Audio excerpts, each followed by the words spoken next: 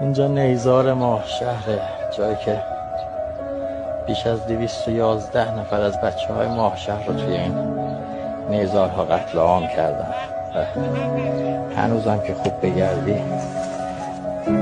روی این نیها خونه‌هایی پیدا می‌کنی که متعلق به بچه‌های آبان. ننگ بر جمهوری اسلامی، ننگ بر آخوندزاده. این نیهای نیمه سوخته مزار یکی از بچه‌های آبان، محل شهادت یکی از بچه‌های آبان. چون خون این بچه اینجا ریخته بود، مادن اینجا رو آتیش زدن که ردی از خون این بچه نمونه.